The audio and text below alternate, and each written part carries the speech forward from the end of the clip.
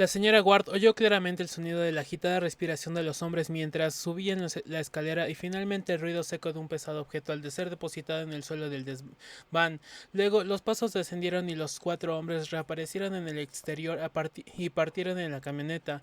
Al día siguiente, Charles volvió a su estricta reclusión en el desván, corriendo previamente las oscuras cortinillas de las ventanas de su laboratorio. Estaba trabajando, al parecer, con una sustancia metálica.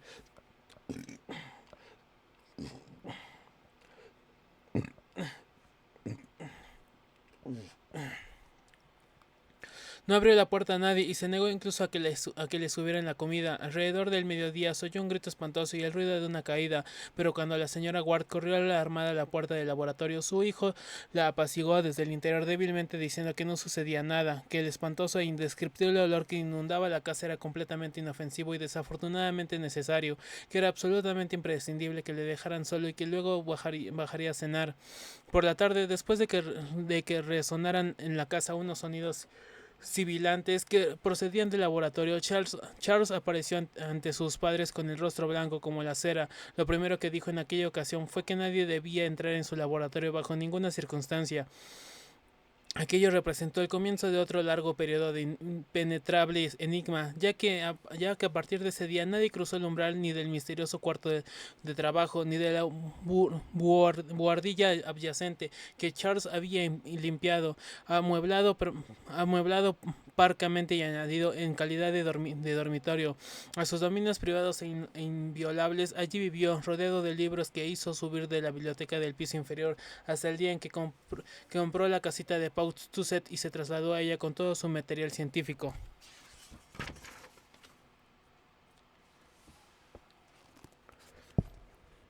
Aquella misma noche, Charles tomó el periódico antes que ningún otro miembro de la familia, recortó una página y al parecer accidentalmente. Más tarde, el doctor Wilter, tras fijar la fecha de aquel sucedido por medio de varias conversaciones que mantuvo con los padres de Ward y la servidumbre, consultó un ejemplar del periódico de ese día en los archivos del Journal y descubrió que en la página mutilada se había impreso la siguiente noticia: merodeadores nocturnos sorprendidos en un cementerio. Robert Hart, vigilante nocturno del cementerio del norte, sorprendió esta madrugada a un grupo de varios hombres con una camioneta en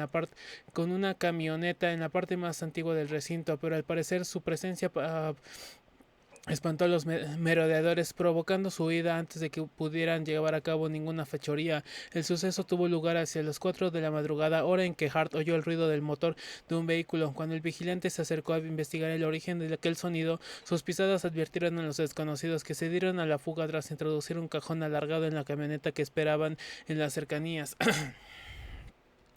Dado que no se ha encontrado removida ninguna de las tumbas, se cree que los individuos en cuestión se planteaban enterrar dicho cajón. Al parecer llevaban largo rato trabajando antes de ser descubiertos, ya que el vigilante encontró posteriormente una fosa abierta junto al camino de Amos a Field, donde ya hace ya mucho tiempo que ha desaparecido la mayoría de las lápidas del cementerio antiguo. La fosa estaba vacía y su situación no responde a ninguna inhumación de las registradas en los archivos del cementerio. El sargento Riley de la policía local, tras visitar el lugar del suceso, ha manifestado que en su opinión la fosa fue excavada por contrabandistas de bebidas alcohólicas que se proponían ocultar en ella su contrabando. Hart declaró más tarde que creía que el vehículo se había alejado en dirección a la avenida Rochdale, porque no podía aseverar con seguridad. Durante los días siguientes a estos sucesos, Charles apenas fue visto por su familia. Dormía en la buhardilla y permanecía encerrado en su laboratorio todas las horas del día. Ordenó que se le dejaran las comidas junto a la puerta y no salió a recogerlas hasta que la doncella se había alejado. Resonaban a intervalos en la casa el zumbido monótono de fórmulas recitadas incansablemente y cánticos de ritmo extravagante mezclados con el entrechocar de cristales, el gorgoteo que producía que producían al hervir los productos químicos, el rumor del agua corriente o el rugir de las llamas de gas, hedores Hedores incalificables, distintos de todos los olores conocidos, flotaban frecuentemente en las adyacencias de la puerta del laboratorio, y el aire de extrema tensión que rodeaba al joven recluso siempre que se aventuraba a salir de su refugio por breves instantes provocaba las teorías más descabelladas. En cierta ocasión hizo un apresurado viaje al Ateneo en busca de un libro que necesitaba, y otro día contrató a un mensajero para que fuera a buscar en Boston un volumen muy raro. La angustia que provocó tal situación se hizo insoportable, y ni el doctor Willett ni los padres de Charles supieron qué hacer ni qué pensar acerca de ella. 6. El día 15 de abril ocurrió un suceso muy extraño. A pesar de que la situación seguía manteniéndose aparentemente estacionaria, era innegable que había tenido lugar un cambio de grado al cual atribuye el doctor Willett una gran importancia. Era el día de Viernes Santo, incidente que los criados no dejaron de comentar y que otras personas supusieron mera coincidencia. A última hora de la tarde, el joven Ward comenzó a repartir una fórmula en voz más alta de la de costumbre, al tiempo que quemaba alguna sustancia cuyo olor extrañamente acre se propagó por toda la casa. La fórmula era hasta tal punto perceptible en el pasillo que la señora Ward acabó por aprendérsela de memoria mientras escuchaba detrás de la puerta, y más tarde pudo reproducirla por escrita a petición de Willett. Varios expertos en la materia le han dicho después del médico que es otra de características muy semejantes en los escritos místicos de Elphys Levi, aquel ser misterioso que se deslizó a través de una rendija por la puerta prohibida y pudo atisbar en el espantoso panorama que ofrece el vacío del más allá. Dice así: Per Adoni Elohim Adonai Lehom Adonai le Sabot Metraton U Agla Method.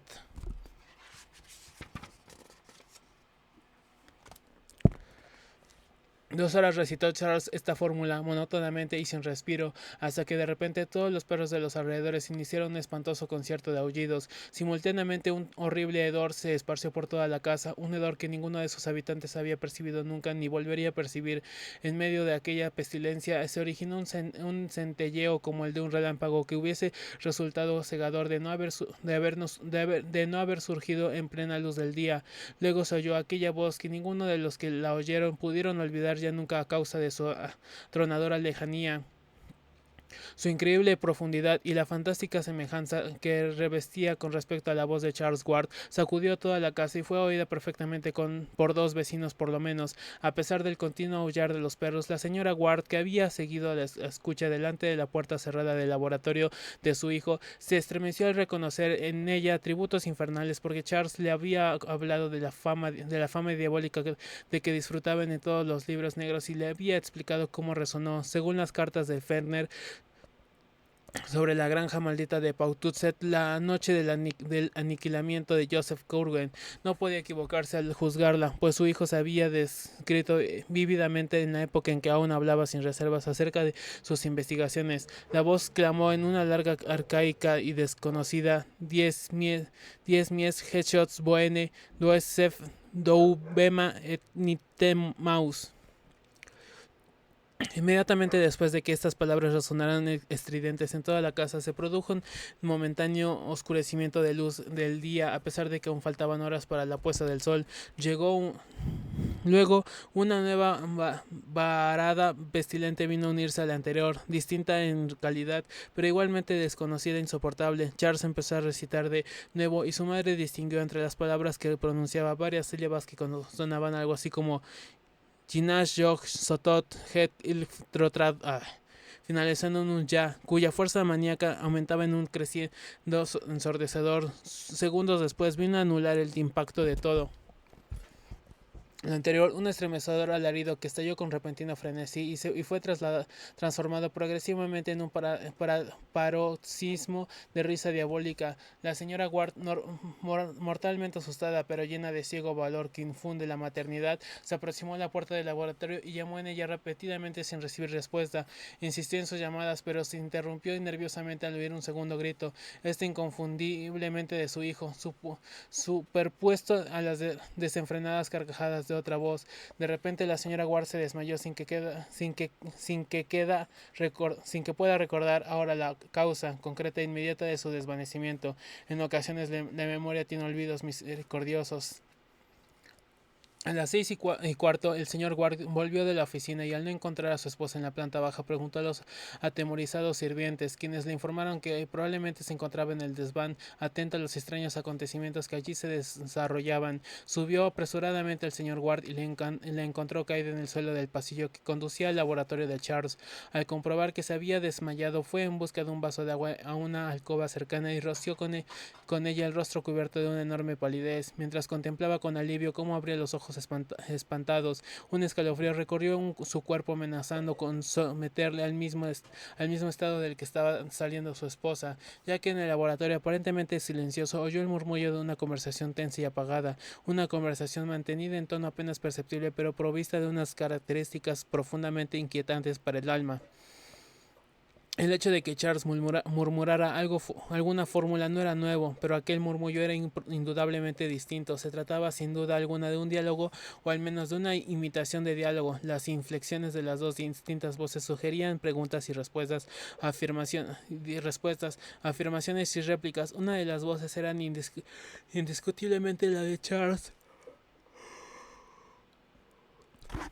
pero la otra se caracterizaba por una profundidad y una resonancia de que el joven Ward, a pesar de sus buenas dotes de imitador, no habría podido lograr jamás. Había algo espantoso, sacrílego y anormal en todo aquello, y de no haber sido por un grito de su esposa que esclareció su mente al despertar con su instinto de protección, no es muy factible que Theodore Howland Ward hubiera podido seguir presumiendo ni un día más de que nunca se había desmayado. Reaccionando ante aquel grito, cogió a su esposa en brazos y la transportó a la planta baja para que no pudiera oír las voces que tanto le habían afectado. No escapó.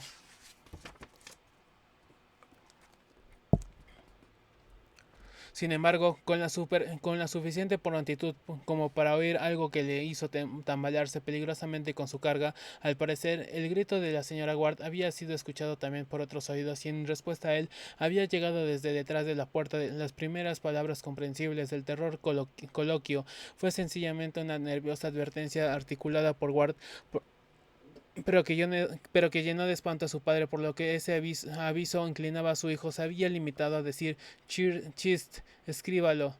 El señor y la señora Ward conversaron largamente después de cenar y como consecuencia de aquella conversación, el primero decidió hablar seriamente con Charles aquella misma noche. Por importantes que fueran sus investigaciones, no podía consentirle semejante conducta por más tiempo, ya que los últimos acontecimientos trascendían los límites de la cordura y representaban una amenaza para el orden y para el sistema nervioso de todos los que habitaban en aquella casa. El joven tenía que haber perdido la razón, pues solo un demente podría proferir aquellos alaridos y fingir que estaba hablando con otra persona imitando la voz de un interlocutor. Todo aquello tenía que terminar de una vez, pues de no ser así, la señora Ward terminaría cayendo enferma. Por otra parte, cada vez se hacía más difícil conservar a la servidumbre. El señor Ward subió al laboratorio de su hijo, pero al llegar al tercer piso se detuvo intrigado por los sonidos que surgían de la biblioteca de Charles, ahora en desuso. Al parecer, alguien revolvió frenéticamente entre los libros y papeles. Se asomó a la puerta entornada y vio al joven que sacaba de los estantes libros de todas las formas y tamaños. El aspecto que ofrecía era el de un joven lleno de excitación.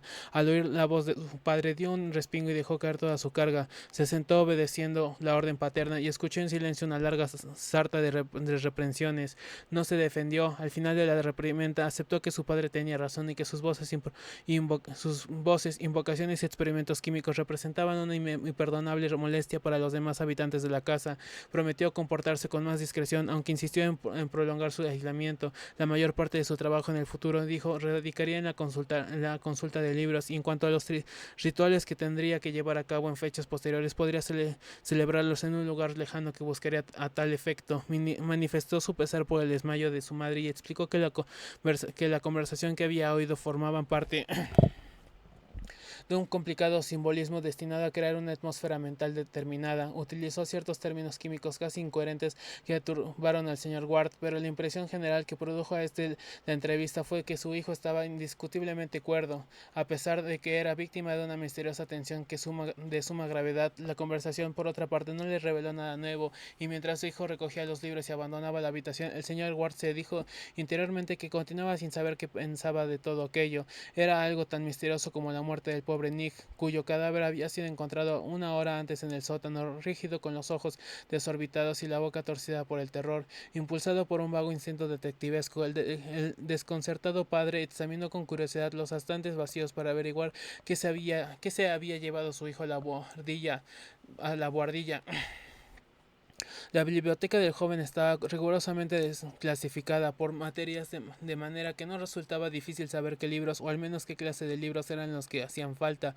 El señor Ward se quedó asombrado al descubrir que los huecos no correspondían a otras relacionadas con las ciencias ocultas ni con antiguos sucedidos, sino a tratados modernos de historia y geografía, manuales de literaturas, obras filosóficas y periódicos y revistas contemporáneos.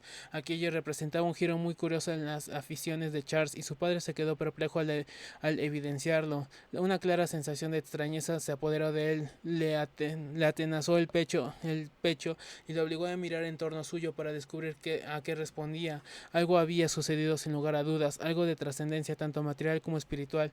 Desde que había entrado en aquella estancia había notado un cambio, y al final sabía en qué consistía. En la pared norte de la habitación seguía incolume sobre la chimenea el antiguo panel de madera procedente de la casa de Olney Court, pero el retrato de Curwen, precariamente restaurado, había sido víctima de un terrible desastre.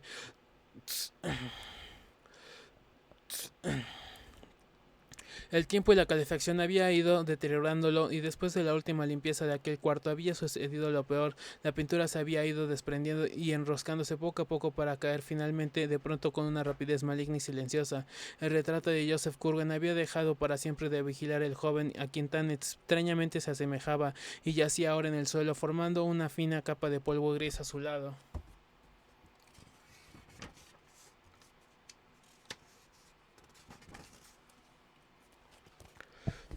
Una mutación y una locura. 1. Durante la semana que sucedió aquel memorable Viernes Santo, Charles Ward fue visto más frecuentemente que de costumbre. Continuamente trasladaba gran cantidad de libros de su biblioteca al laboratorio del desván. Sus actos eran tranquilos y racionales, pero el aire furtivo que le rodeaba y la mirada extraña que se reflejaba en sus ojos inquietaron a su madre. Por otra parte, y a juzgar por los continuos escargos que hacía llegar a la cocina, se había despertado en él un apetito voraz. El doctor Willett había sido informado acerca de los ruidos y acontecimientos de aquel memorable viernes, y al martes siguiente sostuvo una larga conversación con el joven de aquella biblioteca, donde ya no vigilaba los ojos del retrato de Curwen.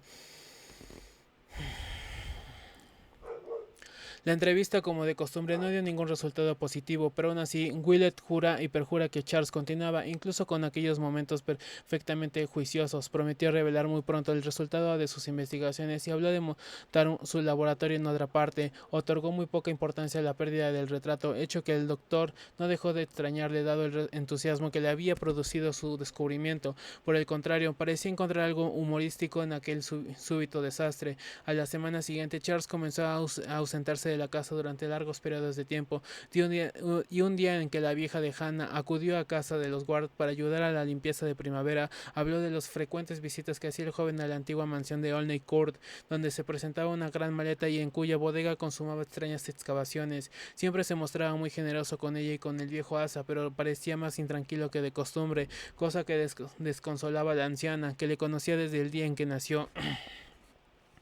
Otros informes acerca de sus andanzas llegaron de Pawtuxet, donde varios amigos de la familia le veían rodando con frecuencia desacostumbrada el embarcadero de Rhodes on Pawtuxet. El doctor Willett investigó la cuestión y posteriormente descubrió que la intención del joven había sido de encontrar una abertura en la cerca, abertura que le permitiera continuar hacia el norte con la ribera del río. Solía desaparecer en esa dirección y no volver hasta transcurridas muchas horas. Un día del mes de mayo volvieron a producirse en el desván sonidos que respondían a la celebración de nuevos rituales, lo cual provocó un severo reproche por parte del señor Ward y vagas promesas de enmienda por parte de Charles. El incidente tuvo lugar una mañana y al parecer constituyó una repetición del imaginario coloquio que había tenido lugar aquel turbulento Viernes Santo. El joven discutía acaloradamente consigo mismo, como pareciera revelar el hecho de que de pronto estallaran gritos en tonos diversos que sugerían una una sucesión de preguntas y respuestas negativas, todo lo cual impulsó a la señora Ward a subir al tercer piso y aplicar la oreja a la puerta. Solo pudo oír, sin embargo, unas cuantas palabras: debe permanecer rojo 3 meses. Cuando llamó con los nudillos en la hoja de madera, los sonidos finalizaron inmediatamente. Más tarde, al ser interrogado por su padre, Charles respondió que existían ciertos conflictos entre diversas esferas de la conciencia, conflictos que solo podían subsanarse con una gran habilidad y que él trataría de trasladar a otro terreno.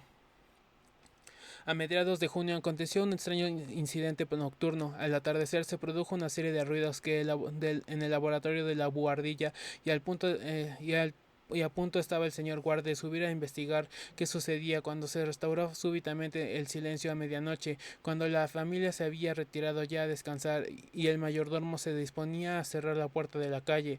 Pareció Charles cargando con una voluminosa maleta e hizo señas al sirviente de que deseaba salir. El joven no pronunció una sola palabra, pero el mayordomo vio la expresión turbada que reflejaban sus ojos y quedó profundamente alarmado. Abrió la puerta para que saliera el joven Ward, pero a la mañana siguiente presentó su renuncia a la señora. Dijo que había visto un brillo diabólico en los ojos del señorito Charles, que aquella no era forma de mirar a una persona honrada y que no estaba dispuesto a pasar ni una sola noche más en aquella casa. La señora Ward le dejó marchar, pero no adjudicó crédito a sus afirmaciones. Imaginar a Charles fuera de control aquella noche no le era totalmente imposible, pues mientras había permanecido despierta había oído ruidos continuos en el laboratorio, sonidos como si alguien sollozara y paseara de un lado a otro y suspiros que solo hablaban de una gran desesperación. La señora Ward se había acostumbrado a auscultar los sonidos nocturnos, pues el profundo misterio que envolvía la vida de su hijo no la permitía ya pensar en nada más.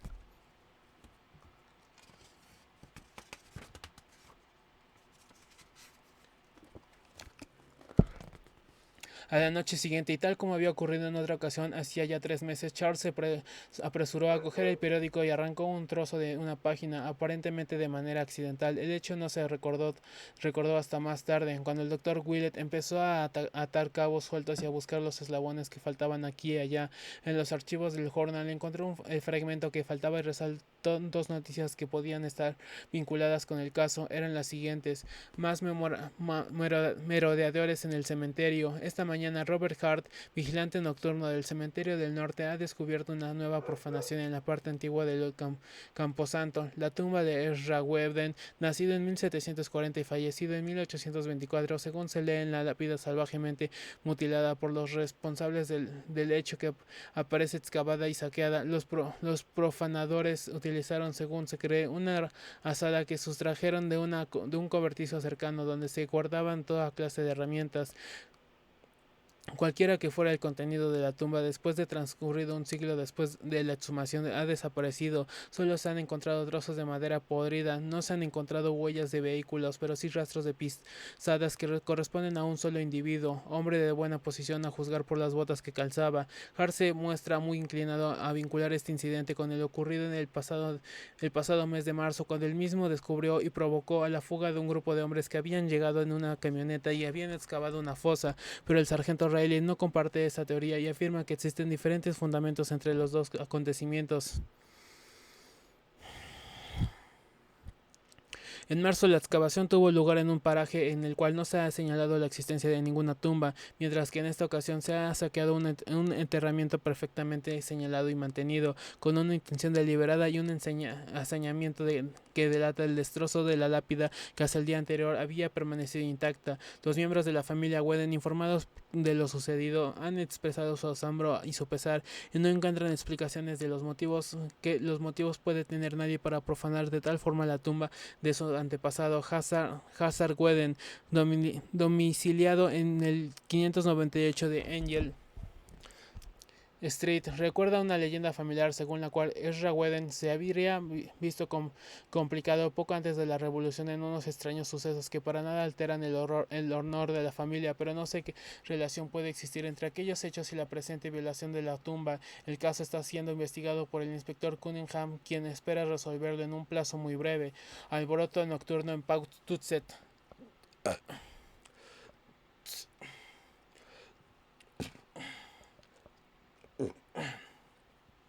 Hacia las 3 de la madrugada de hoy, los habitantes de Paututset han visto interrumpido su sueño por un alboroto producido por el aullar ensordecedor de unos perros,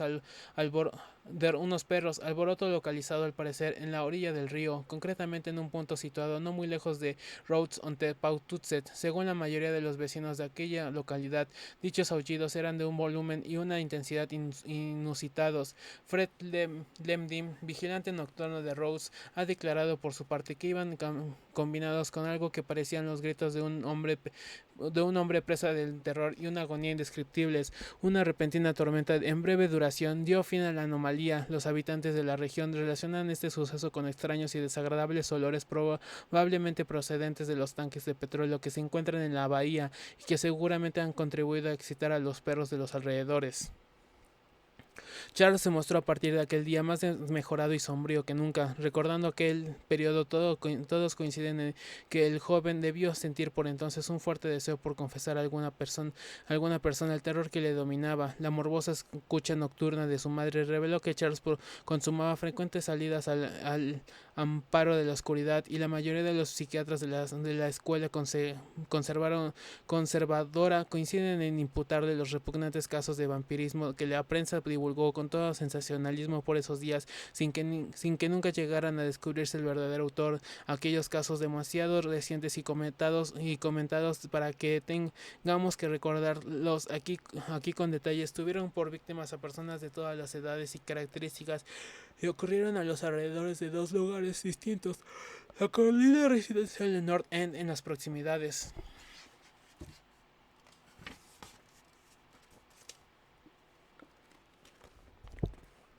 de la casa de los Ward y los distintos suburbanos de otro lado de la línea férrea de Cranston, cerca de Paututset. Varias personas que regresaban tarde a sus hogares o dormían con las ventanas abiertas fueron atacados por una extraña criatura que las que han sobrevivido describen como un monstruo alto, delgado, de ojos ardientes, que clavaba sus dientes en la garganta o en el hombro de su víctima y chupaba ansiosamente su sangre. El doctor Willett, que se niega a fijar el origen de la locura de Ward en fecha de tan temprana, se muestra muy cauteloso al explicar aquellos horrores. Tiene, según dice, sus propias teorías sobre la cuestión, y sus aserciones no son en la mayoría de los casos más que negaciones solapadas. Me recita decir: manifiesta quien, en mi opinión perpetró aquellos ataques y asesinatos, pero declaró que Charles Ward es inocente. Tengo motivos para afirmar rotundamente que nunca probó el sabor de la sangre, y su anemia y extrema palidez son prueba categórica de que estoy en lo cierto. Ward estuvo en contacto con cosas terribles, pero lo pagó muy caro, y nunca fue un monstruo ni un malvado. En cuanto al presente, prefiero no emitir opinión. Se produjo un cambio evidente, y él me contentó con creer que Charles Ward murió con él, o al menos murió su espíritu, porque esa carne de mente que desapareció del hospital de White tenía un alma distinta. Willett habla con autoridad, ya que frecuentemente acudía a casa de los Ward a entender a la dueña de la casa, cuyos nervios habían empezado a flanquear a causa de los continuos disgustos. La continua vigilia había producido en ella alucinaciones morbosas que comunicó al doctor. Willett las ridiculizaba al hablar con su paciente, pero meditaba mucho sobre ellas cuando se encontraba a solas. Estaban siempre relacionadas con los leves sonidos que la madre de Charles creía oír en el laboratorio y en la buhardilla en que dormía su hijo, sonidos que consistían en suspiros apagados y sollozos que surgían en los momentos más inverosímiles. A principios de julio, el doctor Willett prescribió a su paciente un viaje a Atlantic City, donde debía permanecer por tiempo indefinido, y advirtió al señor Ward y al elusivo Charles que se limitaran a escribirle cartas cariñosas y alentadoras. Es muy probable que la señora Ward deba su vida y su salud mental a aquel viaje obligado que con tan mala gana hubo de emprender. 2. Poco después de la partida de su madre, Charles Walsh inició las gestiones para adquirir en Bungalow de Paututset. Se trataba de un pequeño edificio de madera provisto de un garage de hormigón y situado en la falda de la colina, cerca del río y poco más arriba de Rhodes. Por algún motivo de él solo conocido, el joven se había empeñado en conseguirlo a toda costa. No dejó en paz a los corredores de fincas hasta que uno de ellos logró realizar la compra, por cierto, a un precio exorbitante, dado que el propietario se negaba a venderlo. En cuanto quedó vacío, Charles se trasladó a él al amparo de la oscuridad, transportando en un camión cerrado todo el contenido del laboratorio, incluidos los libros antiguos y modernos que había sacado de su biblioteca. Hizo cargar el vehículo entre las sombras de las primeras horas de la madrugada, y su padre aún recuerda vagamente los juramentos ahogados y el ruido de las pisadas de los hombres que participaron en la mudanza. Desde aquella fecha, el joven volvió a ocupar sus habitaciones del tercer piso y abandonó definitivamente su reducto del desván. Charles trasladó a la casita de Pawtucket el secreto que había envuelto a su anterior laboratorio.